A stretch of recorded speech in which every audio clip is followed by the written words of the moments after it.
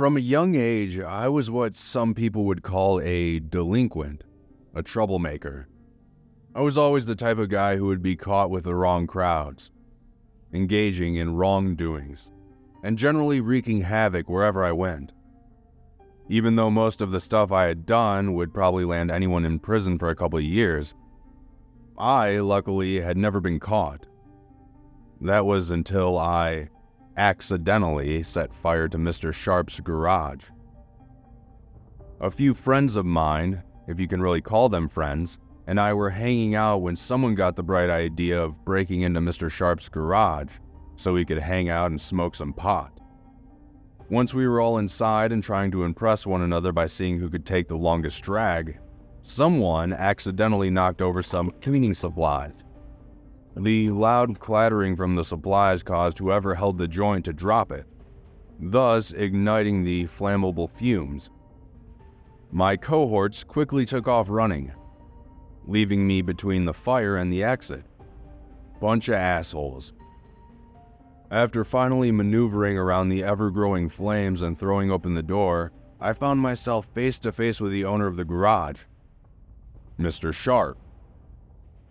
His face was a healthy shade of pissed off. It went really well with his bathrobe. He aggressively grabbed me up by the collar and threw me from the doorway before retrieving a nearby fire extinguisher and dousing the flames. He promptly phoned my parents afterwards. The beating I received from my mother was nothing compared to what I had to do after.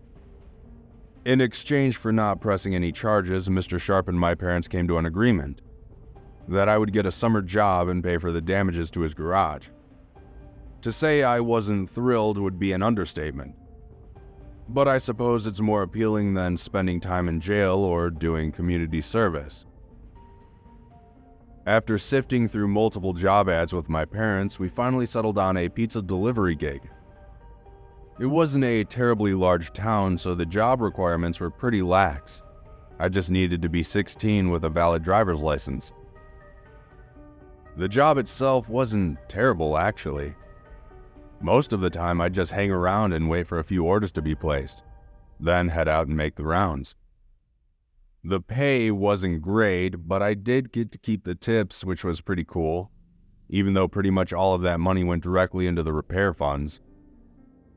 I'd say the downside of the job are the hours and having to deal with people. You may not think it, but some people lose their minds if even the slightest thing is wrong with their order. Heaven forbid you forget something, such as a beverage. I've been screamed at, had doors slammed in my face, and even had to deal with customers refusing to pay but still demanded the pizza. After a few weeks of this monotony, we received an order at the tail end of my shift. It was around 11 p.m. and I was actually preparing to leave when my boss told me I had one more delivery to make. Then I could just head home from there. I sighed heavily, but I eventually agreed. I waited patiently for the order to be processed and handed to me. I'm not sure what irritated me more, the time of the order or the order itself. It was a medium cheese pizza. That's it. I know it may sound weird, but if I were to order a pizza at closing time, I'd make it a real pizza, with some sides and a drink. But I digress.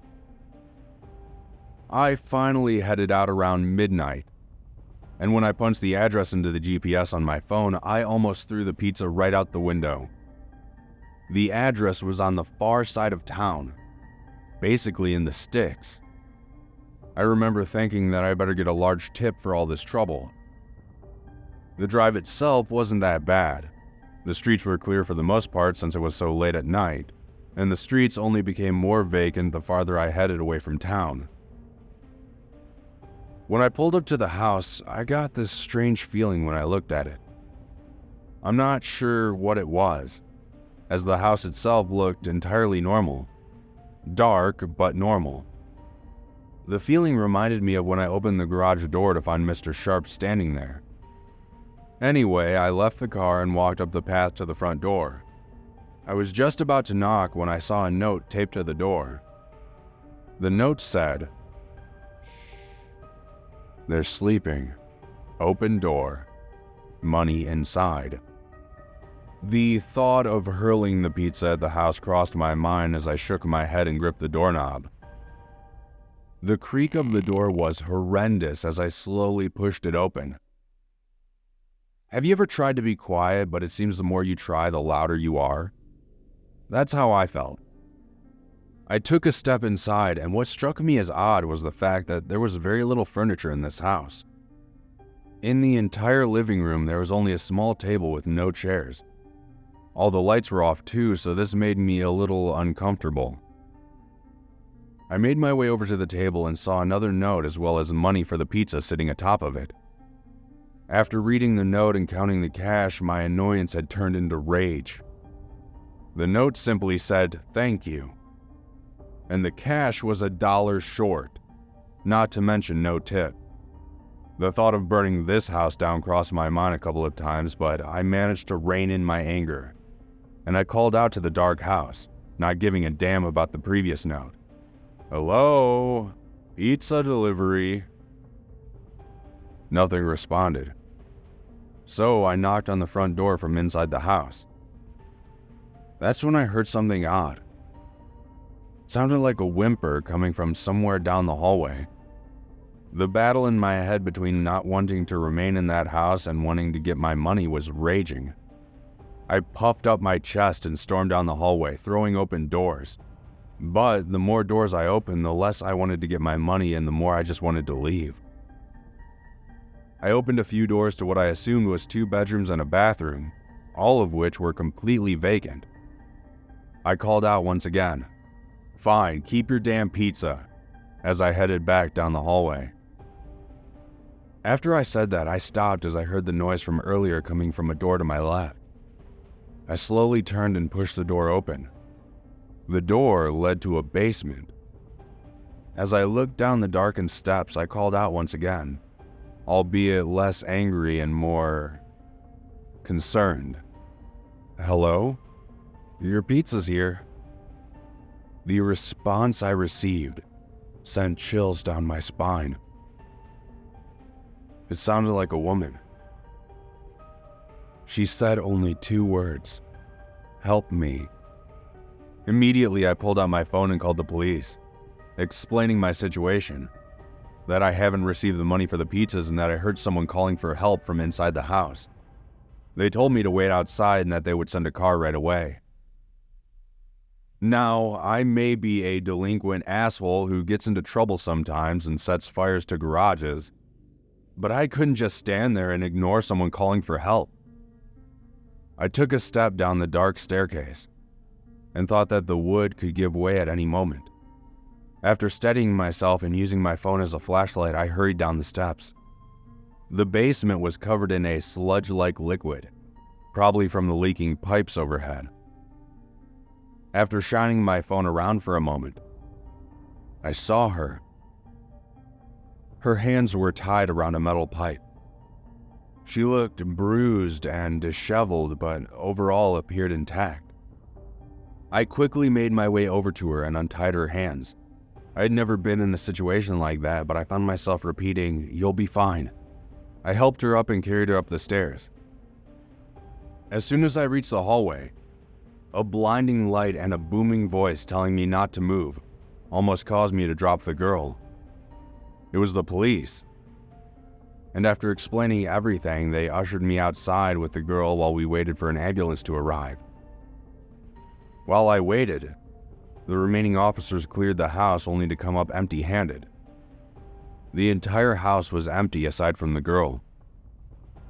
And I had never been more scared or confused in my entire life. While I waited, I called my boss to inform him of everything that had gone down, and told him that I won't be coming back to work. Ever. After taking my statement and actually thanking me, I was told I could leave. After that, a lot of people started calling me a hero, a savior. Mr. Sharp even told me I could keep all that money after learning about what I had done. But to be honest, I didn't really feel like a hero.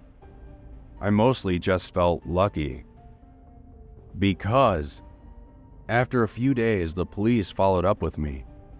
and explained that the girl I had saved was actually a delivery driver as well, who had gone missing 2 days ago. She said that she had been abducted while making a delivery and was taken to that house. She said she never saw the face of the man who ever had taken her, or even heard their voice. After hearing this, I felt my stomach sink as I realized that very well could have been me tied to that pipe, and that she could have died if I hadn't gone into that house. I ended up with so many questions. Why wasn't I abducted? Why was the girl left in the house for me to find? Who placed the order? I may never know. But yesterday, I found a note outside my house. The note said, "Thanks for the pizza." And now that I think about it, when I was being ushered out of the house by the police that night, I don't remember seeing the pizza that I had left on the table in the living room.